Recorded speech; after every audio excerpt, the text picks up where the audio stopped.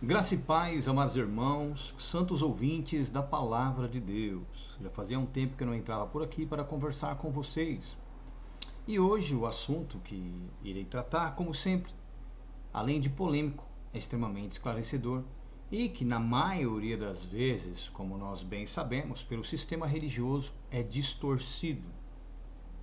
Então, explicarei detalhadamente o assunto que iremos abordar agora.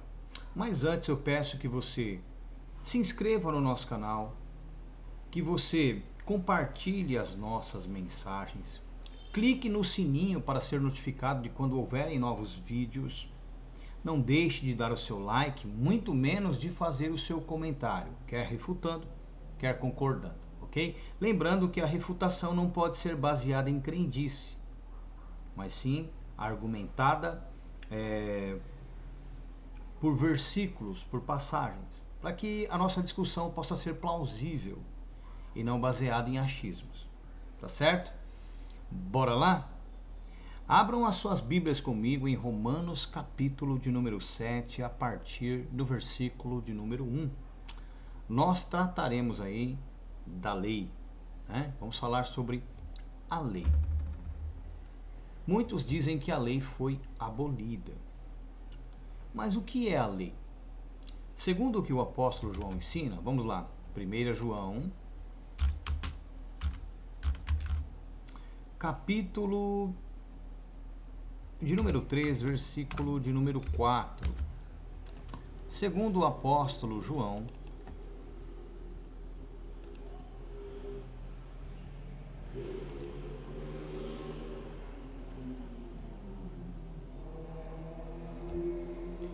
em 1 João capítulo 3, versículo de número 4, nós leremos este versículo na Revista Atualizada porque foi corrigido o erro contido na Revista e Corrigida Fiel e na Revista e Corrigida, tá certo? Então, para encurtar o caminho, quem já tem o conhecimento da tradução correta, né, já sabe do que eu estarei tratando. Quem não, entre nas nossas mensagens aí onde falamos sobre a lei e a graça, que vocês entenderão, tá certo? Então, segundo o apóstolo João, em 1 João capítulo 3, versículo 4, ele diz: todo aquele que pratica o pecado também transgride a lei, porque o pecado é a transgressão da lei. Então, o que vem a ser o pecado? A desobediência, a transgressão à lei de Deus. Por que eu estou falando sobre isso com vocês? Porque existem pessoas que não desde agora, mas há séculos, têm ensinado que a lei de Deus fora abolida. E essa não é uma verdade. Por quê? Se nós abolirmos a lei, automaticamente nós legalizamos o pecado. Presta atenção nisso. Se o pecado é a transgressão da lei, e se eu abolir aquilo que, ao ser transgredido, conota pecado, eu legalizo o pecado do indivíduo. É a mesma coisa de tirar do nosso Código Penal, por exemplo, um dos mandamentos do Decálogo, que é não matarás. Então, todo aquele que vier a cometer o homicídio, seja ele de que grau for, seja autodefesa, seja meramente por agressão, este não será acusado por aquilo que fez. Na verdade, as gerações posteriores sequer entenderão, sequer terão noção de que matar é errado. Tudo isso por conta da abolição de um mandamento. Agora imagine o caos que é instaurado ao abolirmos toda a lei de Deus. Dá para vocês terem uma noção? Então, esta visão de abolição da lei, ela é totalmente equivocada. Nós temos traduções ruins e homens ensinados em traduções ruins, se tornando mestres, inclusive em faculdades teológicas, onde foram formados por traduções ruins. E o pior, homens que, ao invés de procurar a verdade nas traduções, Não, o que eles fazem, eles ensinam conforme a metodologia na qual eles foram inseridos. E por conta do costume, da crendice, se mantém naquilo. Logo, um indivíduo, para ter a revelação da palavra de Deus, ele não pode estar preso a visões recebidas da sua religião, no caso, protestantismo, judaísmo ou catolicismo. Ele não pode. Ele tem que procurar a verdade, a veracidade naquilo que as traduções trazem. Por isso é interessante você estudá-las em grego e em hebraico, sem nenhum tipo de viés ideológica, porque até a sua viés ideológica interfere na sua interpretação bíblica. Quando você tem noção da base de que os mandamentos não podem ser abolidos, quando você tem uma ideia das escrituras em suas línguas mães, hebraico, aramaico e grego, com certeza nunca cometerá esse tipo de interpretação, falo da abolição da lei, ao ler as escrituras. Então tudo que nós temos visto hoje aí é derivado de interpretações ou formação dentro de uma viés ideológica. Quando a viés ideológica da crença a que você está inserido, ela serve como parâmetro interpretativo, você não consegue ter a revelação. Então é necessário que você procure saber como está escrito, procurando pela verdade, independente daquilo que você recebeu como credo, como crença. Do contrário, você não terá a revelação. E é isso que nós fazemos aqui. A nossa viés ideológica, se a temos, temos. Mas ela é baseada no que as escrituras realmente ensinam. Nós não somos levados pelo costume do sistema religioso que tende a manipular a reflexão, o entendimento, a mente da pessoa. Por isso que nós com clareza não só temos aí a revelação, né? A nossa interpretação, ela é a revelação. Nós não temos uma interpretação pessoal baseada no que nós achamos, no que nós entendemos. Não, nós entendemos baseados no que realmente está escrito. Por isso, estudamos na raiz. Então, na raiz, nós conseguimos corrigir uma série de erros. Tá certo? Segundo o que o apóstolo João nos ensina em 1 João 3,4, o pecado é a transgressão da lei de Deus. Se a lei de Deus for abolida, o caos é instaurado automaticamente. E é o que tem acontecido dentro das igrejas. Nunca se houve tantos casos de pecados, principalmente adultério, fornicação, imoralidade, pornografia, sensualidade, erotismo, como se vê nos dias de hoje. Porque a partir do momento que essa doutrina começou a ser difundida, né, porque ela vem de séculos, mas ela começou a ser propagada com mais, digamos assim, com mais ênfase, com mais evidência, né, espalhada mais abertamente, do começo para o fim dos anos 90 e hoje tomou essa abrangência que tem gerado inúmeros transgressores. Entenderam? Então é extremamente perigoso. Eu vou ler com vocês aqui alguns pontos a este respeito, para que vocês tenham aí a mente elucidada. Vamos lá. Romanos capítulo 7, a partir do versículo de número 1, eu quero que você preste bastante atenção. Porque quando eu estiver lendo, a sua viés ideológica vai ser confrontada. E se você tiver fé, o Espírito Santo vai separar a sua, veja bem, vai separar a sua alma do seu espírito, o espírito que te deu essa crença que você sustenta até hoje, achando que mesmo na prática do pecado será salvo, achando que é impossível ser santo, que é impossível ser perfeito. Vamos lá.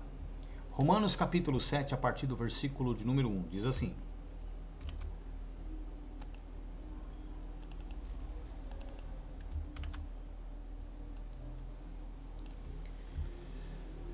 Porventura ignorais, irmãos, pois falo aos que conhecem a lei. Então ele não estava falando com heres gentios, ele estava falando com aqueles que conheciam a lei, possivelmente prosélitos ao judaísmo e judeus que estavam na região de Roma.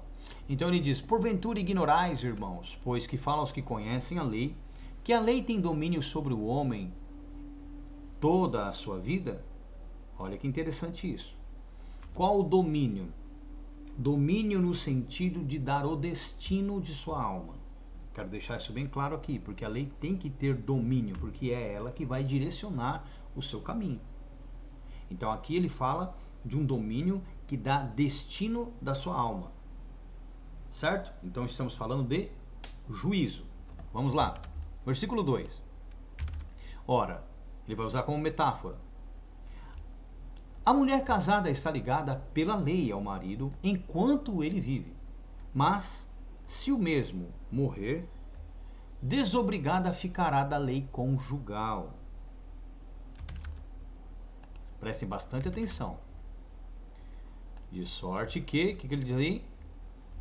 De sorte que será considerada adúltera se, vivendo ainda o marido, unir-se com outro homem. Porém, se morrer o marido, estará livre da lei. De que lei? A lei do marido, do mandamento que a torna adúltera se ela contrair novas núpcias. Obviamente que aqui dentro tem todo um contexto. Neste caso, Paulo está abordando a questão de uma mulher obediente à lei, certo? Uma mulher que não foi traída, uma mulher que não é agredida, uma mulher que não é rixosa, uma mulher que é submissa, uma mulher obediente, tá? De sorte que será considerada adúltera se vivendo ainda o marido unir-se com outro homem. Porém, se morrer o marido, está livre da lei. De que lei? A lei do marido.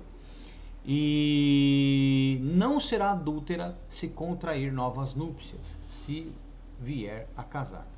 No caso de uma mulher fiel, uma mulher que não é rixosa, de uma mulher que não adulterou, de uma mulher leal, esta mulher não pode se divorciar do marido, a não ser no caso de a não ser no caso aí de adultério, fornicação, uma agressão física, como Moisés fala, né, na lei lá, na lei do casamento, aonde se o homem achasse coisa feia na mulher, ele poderia dar-lhe carta de divórcio, despedi-la de sua casa e ela poderia contrair novas núpcias com outro marido. Todavia, ao contrair com outro marido, ainda que no caso de óbito desse segundo, não poderia voltar para ele, sendo o primeiro, certo?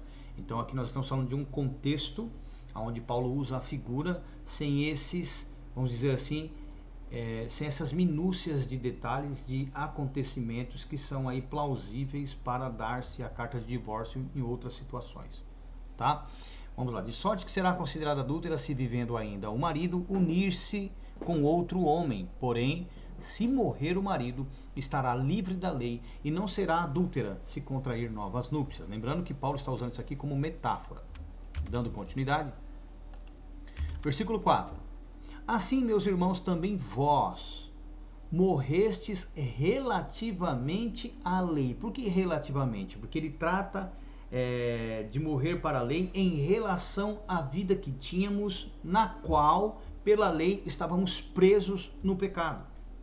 Então, por sermos carnais, olha que coisa, a lei que é espiritual nos condenava.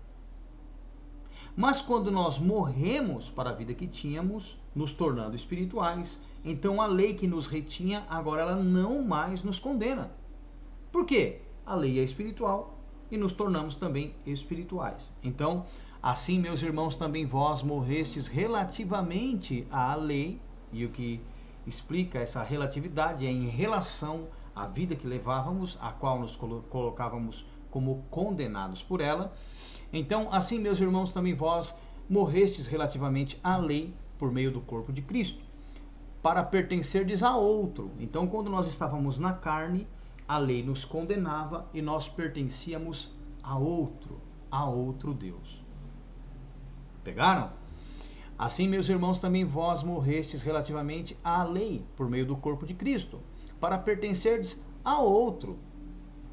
Se nós morremos para a condenação da lei pelo corpo de Cristo para pertencermos a outro, É porque antes do corpo de Cristo, o qual serviu de sacrifício pelo nosso pecado, nos tornando santos, tirando-nos da condenação, mas colocando-nos na espiritualidade onde a lei se encontra, significa que nós não pertencíamos a Deus, pertencíamos ao diabo. E entenderemos isso mais para frente. Mas, assim, meus irmãos, também vós morrestes relativamente à lei por meio do corpo de Cristo para pertencerdes a outro, a saber, aquele que ressuscitou dentre os mortos, a fim de que frutifiquemos para Deus. Ou seja, não frutifiquemos mais para o diabo. O frutificar aqui diz respeito a comportamento, a postura, a vida, aquilo que nós fazíamos que nos identificava, né? Porque a árvore ela é reconhecida pelo fruto. Então os frutos que nós tínhamos nos mostravam que não éramos de Deus, e hoje os de depois de Cristo provam o oposto, que nós somos de Deus, tá? Versículo 5. Porque quando vivíamos segundo a carne, lembra que eu falei que a lei ali, a relatividade da lei, né, dizia respeito à carnalidade a qual a lei nos retinha. Retinha em que sentido? Não permitia que fôssemos salvos. Porque Cristo morreu pelo nosso pecado. O que é o pecado? 1 João 3,4. É a transgressão da lei. Então ele morreu por nossas transgressões, por nossa desobediência à lei. Tá certo? Porque quando vivíamos segundo a carne, ou seja, vivíamos transgredindo a lei de Deus, as paixões pecaminosas, postas em realce pela lei, operavam em nossos membros ou em nosso corpo, a fim de frutificarmos para o quê? Para a morte. Lembra Romanos 6,23? Porque o salário do pecado, aquilo que eu recebo por viver na prática do pecado, é a morte. O que é o pecado? É a transgressão da lei. Quando eu transgrido a lei, eu estou morto. E quem são os mortos? São os carnais, os que vivem segundo a carne. Porque quando vivíamos segundo a carne, as paixões pecaminosas postas em realce pela lei, porque a lei mostrava onde estavam as nossas falhas, os nossos erros, operavam em nossos membros a fim de frutificarem para a morte. Olha que interessante. Tudo que nós fazíamos, todo o nosso comportamento atestava a nossa condenação, porque a lei reprovava a nossa conduta. A nossa transgressão à lei nos colocava na condição de carnais, e o nosso comportamento declarava a nossa morte. Os nossos pecados declaravam a nossa morte. Romanos 6,23. Porque o salário do pecado é morte, mas o dom gratuito no Messias Yeshua é a vida eterna. Tá certo? Versículo de número 6. Agora, porém, libertos da lei. Veja bem, livres ou libertos da lei não diz respeito a deixá-la de lado, a deixar a sua prática, a sua obediência. Libertos da lei aqui entra no sentido de não sermos mais condenados por ela. É como um cara que estava cumprindo uma pena pelo erro que ele cometeu, certo? Ao transgredir a lei dos homens, e que ele conseguiu ser justificado do seu erro. O advogado veio e o inocentou. Quando isso aconteceu, ele deixou de ser um criminoso. Ou seja, ele foi libertado da lei que o condenava. Então você tem que entender o seguinte: agora, porém, libertos da lei não sentenciados mais por ela, por não estarmos vivendo como antes vivíamos, na carne, né? Segundo as paixões da carne, na prática do pecado. Agora, porém, libertados da lei, estamos mortos para aquilo a que estávamos sujeitos. E ao que nós estávamos sujeitos, meus irmãos? Ao que nós estávamos sujeitos? A carne. Estávamos sujeitos à carne. Vamos ver isso? Depois nós voltamos aqui para Romanos capítulo 7.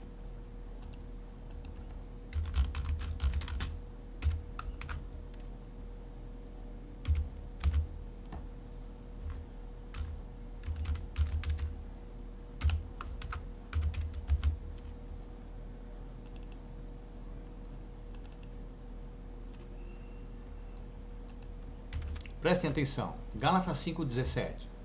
Porque a carne milita contra o espírito, combate contra o espírito, e o espírito contra a carne, porque são opostos entre si, para que não façais o que porventura seja o vosso querer. Mas se sois guiados pelo espírito, não estáis o quê? Debaixo da lei. Debaixo em que sentido? Da sua sentença, da sua condenação.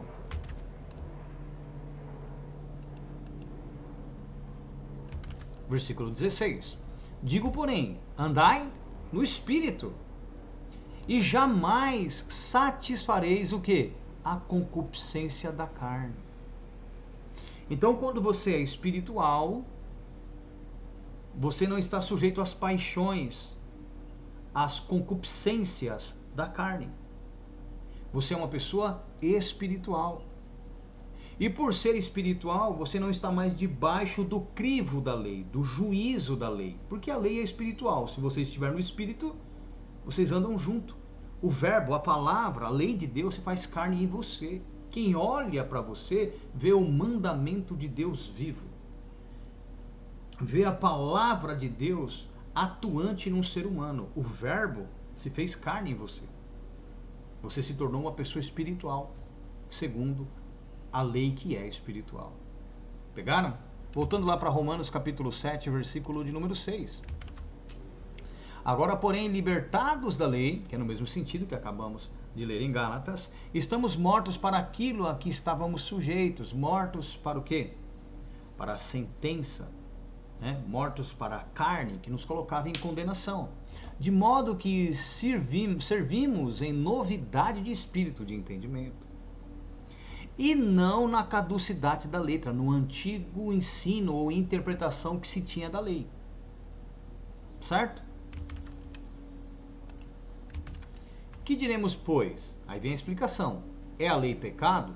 Paulo exclama, de modo nenhum.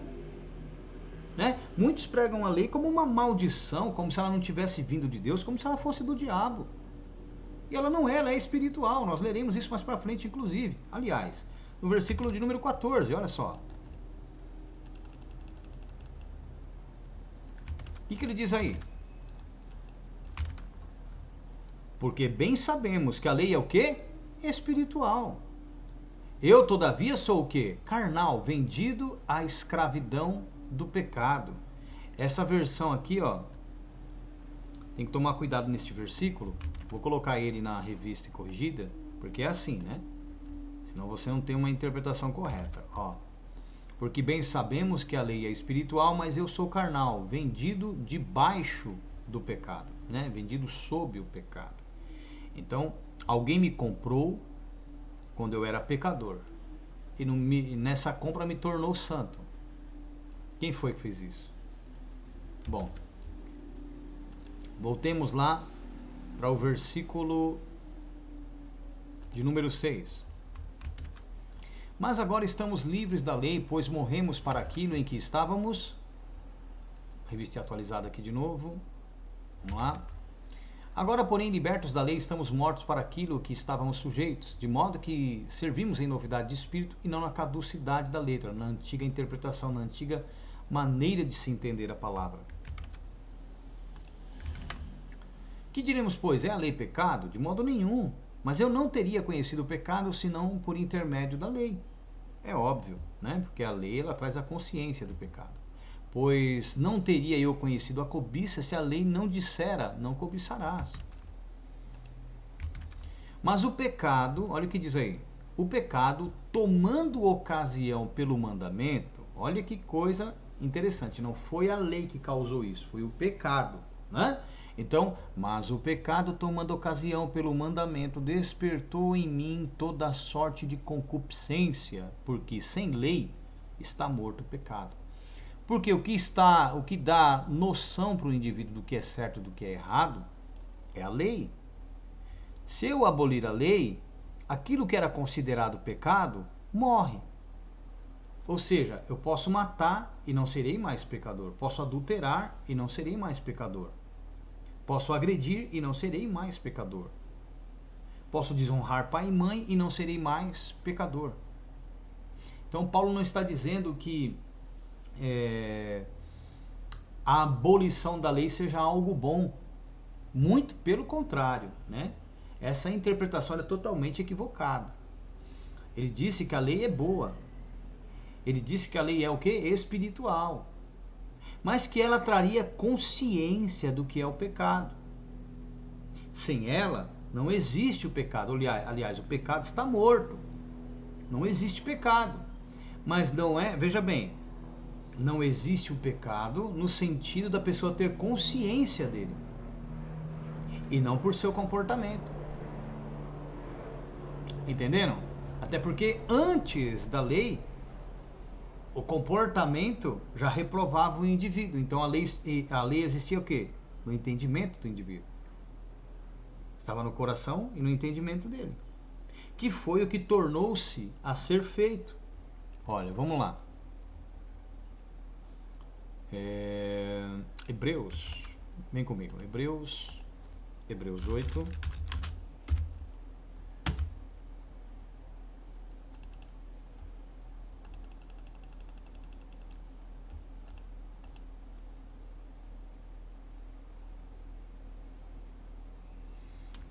A partir do versículo de número 6. Olha que coisa. Prestem bastante atenção. Agora, com efeito, obteve Jesus, Yeshua, ministério tanto mais excelente, quanto é ele também mediador de superior aliança, instituída com base em superiores promessas. O indivíduo sem conhecimento, ao ler isso aqui, pensa que a lei foi abolida para ser colocada uma outra lei, né? Que eles falam que a lei de Cristo não é a mesma lei de Deus. São os imbecis. Mas vamos lá, versículo 7. Porque se aquela primeira aliança tivesse sido sem defeito, de maneira alguma estaria sendo buscado lugar para uma segunda. Vamos ver no que consiste essa segunda. E de fato, repreendendo-os, diz: Eis aí, vem dias, diz o Senhor, e firmarei nova aliança com a casa de Israel e com a casa de Judá. Será que seria uma nova composição de mandamentos, de leis? Será? Vejamos, versículo 9. Não segundo a aliança que fiz com seus pais no dia em que os tomei pela mão para os conduzir até fora da terra do Egito, pois eles não continuaram na minha aliança. Vamos lá. Eu não atentei para eles, diz o Senhor. Versículo 10. Vamos ver qual é essa aliança que ele vai fazer? Porque esta é a aliança que farei com a casa de Israel depois daqueles dias. Eu mudarei a lei, criarei novos mandamentos, alterarei alguma coisa? Não. Porque esta é a aliança que farei com a casa de Israel depois daqueles dias, diz o Senhor. Na sua mente imprimirei as minhas leis, também sobre o seu coração as inscreverei, e eu serei o seu Deus, e eles serão o meu povo. Então, essa questão de nova e antiga aliança não trata de alteração de mandamentos, mas de mudança de lugar, da tábua de pedra para a tábua de carne do coração, para o entendimento do indivíduo, os mesmos mandamentos. Porque a lei é perfeita e é eterna. Só que ao ser colocada na tábua de pedra, ela passou a ser observada. Quando ela é colocada no entendimento e no coração, ela passa a ser conscientizada. Então eu uso ela para auto-julgamento, e para o próximo que vejo no tropeço, levo a misericórdia, a compaixão. Capítulo 10 de Hebreus.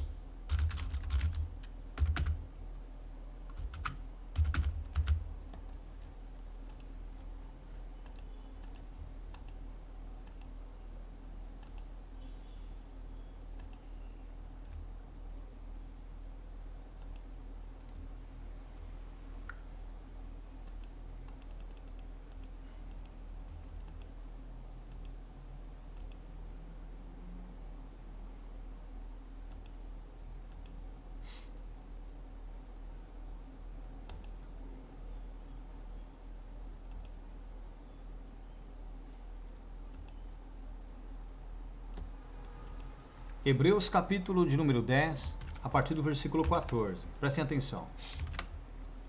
Porque com a única oferta aperfeiçoou para sempre quantos estão sendo santificados. E disto nos dá testemunho também o Espírito Santo, porque após ter dito, presta bem atenção, esta é a aliança que farei com eles depois daqueles dias, diz o Senhor. Porei no seu coração as minhas leis, e sobre a sua mente as inscreverei. Acrescenta também, de nenhum modo me lembrarei dos seus pecados e das suas iniquidades para sempre. O que isso significa?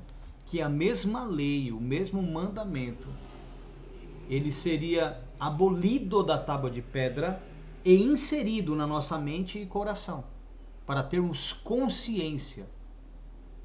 Porque na tábua de pedra eu usava para condenar o meu próximo. No meu entendimento e no meu coração é para auto-julgamento e levo a misericórdia para o próximo. Então, na lei da tábua de pedra, eu buscava a minha justiça de maneira hipócrita e usava a lei para ofender, para atacar. Era uma exposição.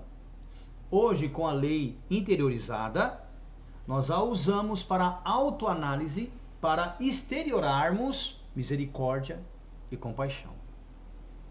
Entenderam? Por isso, que lá em Romanos, vamos lá, voltar lá, Romanos capítulo de número 7. Romanos capítulo de número 7, versículo de número 6. Romanos 7, 6. Fala da caducidade da letra, dessa maneira de se interpretar, de se ensinar a lei de Deus. Agora, porém, libertos da lei, estamos mortos para aquilo a que estávamos sujeitos, ou seja, sua condenação, sua sentença por conta da nossa carnalidade. De modo que servimos em novidade de espírito, um novo entendimento. Certo?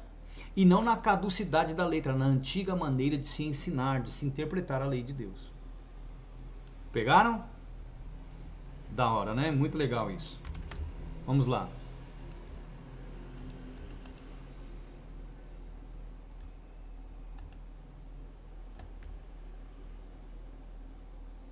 Versículo de número 7, Romanos capítulo, o versículo de número 8, Romanos 7, 8.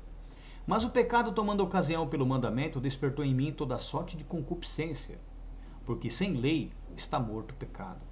Ou seja, o pecado deixa de ser pecado. Todo mundo pode viver na carne fazendo o que bem quiser, que ele nunca será condenado. Então a visão desses que abolem a lei é totalmente irresponsável. Eles não têm a menor noção do que eles estão ensinando.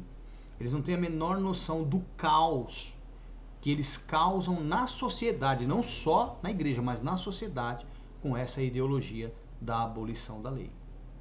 Porque abolindo-se a lei, o pecado é legalizado, ele deixa de ser pecado e o indivíduo pode ver na prática do pecado como o próprio Satanás que ele não será sentenciado. Então tomem cuidado com essa doutrina anticristo.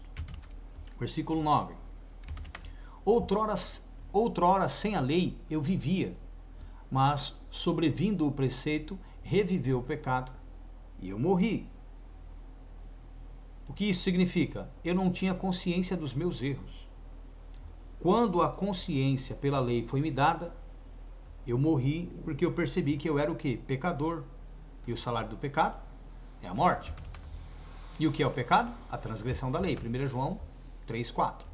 E o mandamento que me for a vida, verifiquei que este mesmo se me tornou para a morte, porque apontou os meus pecados. Se você é espiritual, a lei não te condena. Então presta atenção. E o mandamento que me fora para a vida, olha, o mandamento que me fora para a vida, de maneira que eu poderia vivê-lo, verifiquei que este mesmo se me tornou, ele não era, se me tornou para a morte. Por quê? Por causa dos pecados. Então se você é espiritual, o mandamento continua sendo para a vida. Se você praticar o pecado, ou seja, transgredir a lei, o mandamento te serve para o quê? Para a morte, porque o salário do pecado é a morte. Porque o pecado, prevalecendo-se do mandamento, pelo mesmo mandamento, me enganou e me matou. E é o que o pecado faz. Deus dá um mandamento para você não pecar. Ao transgredi-lo, o pecado te engana e te mata.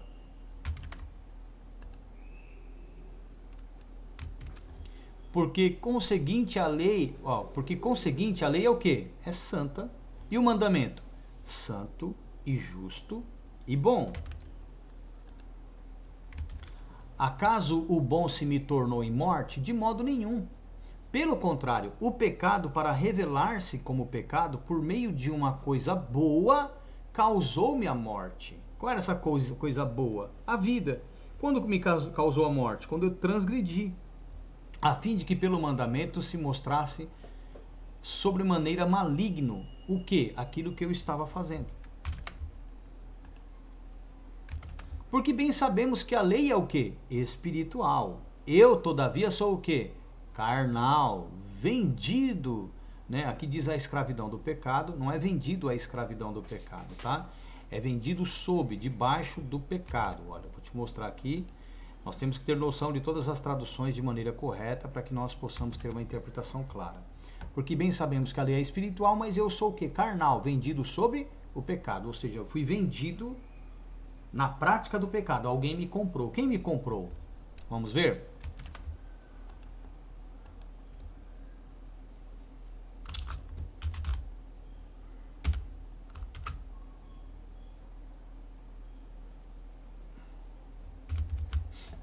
Vamos ver quem me comprou aqui. Só um instantinho.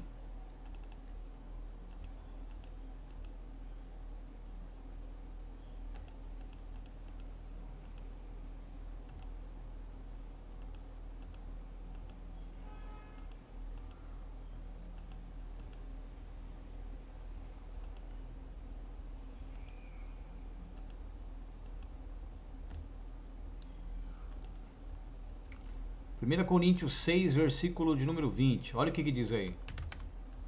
Porque fostes comprados por bom preço. Glorificai, pois, a Deus no vosso corpo e no vosso espírito, os quais pertencem a Deus. Agora olha só.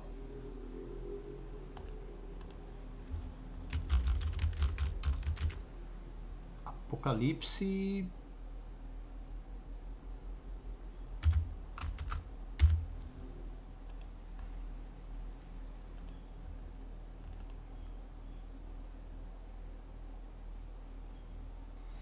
5:9. Olha o que diz. E cantavam um novo cântico, dizendo: Digno és de tomar o livro e de abrir os seus selos, porque foste morto e com o teu sangue compraste para Deus homens de toda tribo e língua e povo e nação. Digno és de tomar o livro, de abrir os seus selos, porque foste morto e com o teu sangue compraste para Deus homens de toda tribo e língua e povo e nação. Então quem nos comprou foi o Messias, para Deus. Então nós pertencíamos a outra pessoa, né? Romanos capítulo 7, versículo de número 14. O que diz aí? Porque bem sabemos que a lei é espiritual, mas eu sou carnal, vendido sob o pecado. Então, eu pertencia a alguém e eu fui vendido por esse alguém a outro alguém, o qual me comprou para Deus com o seu próprio sangue. Quem foi esse? O Messias. Então, a quem nós pertencíamos ou a quem pertencemos quando transgredimos a lei de Deus? Ao diabo, irmão. Quando nós estamos na carne, nós pertencemos ao diabo. Quem pratica o pecado, ou seja, a transgressão da lei, é do diabo. Vamos ver isso?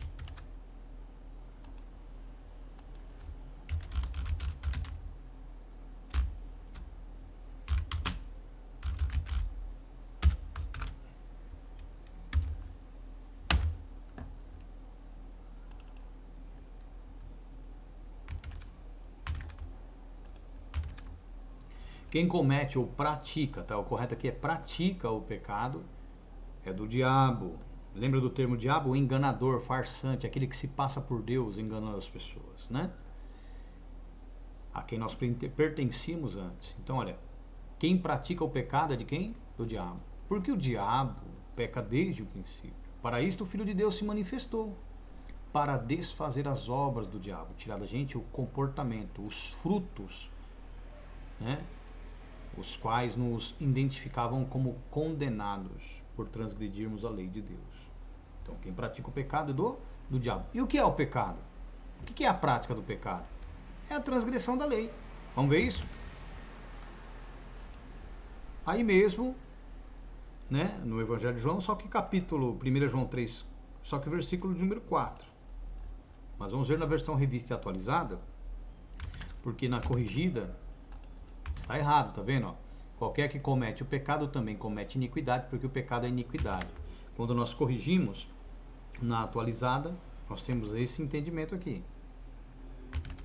Todo aquele que pratica o pecado também transgride a lei, porque o pecado é a transgressão da lei. Então, o que nos torna do diabo? A transgressão da lei. O que é a transgressão da lei? O pecado. Quem pratica o pecado pertence a quem? Ao diabo. Vamos ver? Versículo de número 8, nessa versão revista e atualizada. Aquele que pratica o pecado procede do diabo, porque o diabo vive pecando desde o princípio. Para isto o Filho de Deus se manifestou, para destruir as obras do diabo. Entenderam? Então, quem vive na prática do pecado não pertence a Deus. Olha, todo aquele que é nascido de Deus não vive na prática do pecado, ou seja, não transgride a lei de Deus. Pois o que permanece nele é a divina semente, a palavra de Deus, né? Marcos 8:11.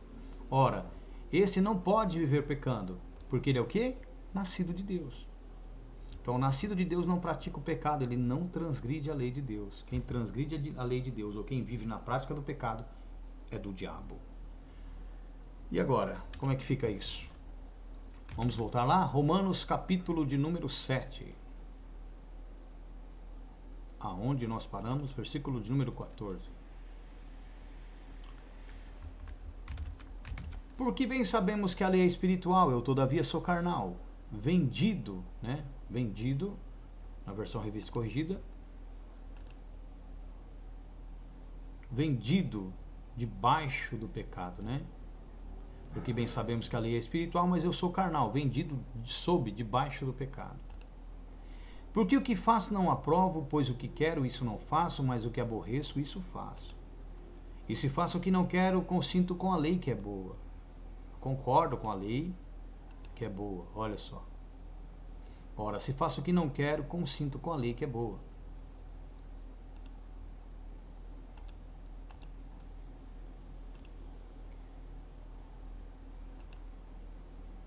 De maneira que agora já não sou eu que faço isto, mas o pecado que habita em mim. Porque eu sei que em mim, isto é, aonde? Na minha carne, não habita bem algum. E com efeito, o querer está em mim, mas não consigo realizar o bem.